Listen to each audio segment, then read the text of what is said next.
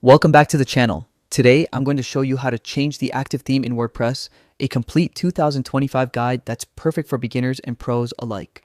By the end of this video, your website will have a fresh new look in just a few simple steps. Start by opening your web browser and heading to the WordPress website. Once it loads, look to the top right corner for the login button. Click it, then choose Continue with Google for a quick and secure login.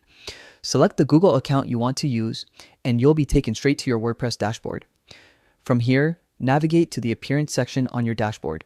This is where all your design options live.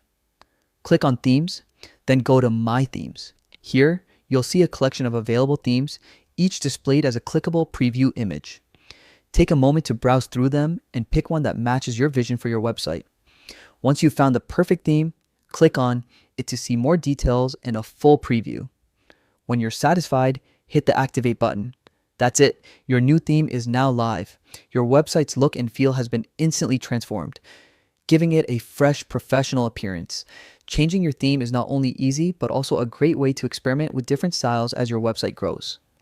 Play around with the customization options to make your site truly your own. If you found this guide helpful, don't forget to like this video and subscribe for more WordPress tips and tutorials. Thanks for watching and enjoy your new website today.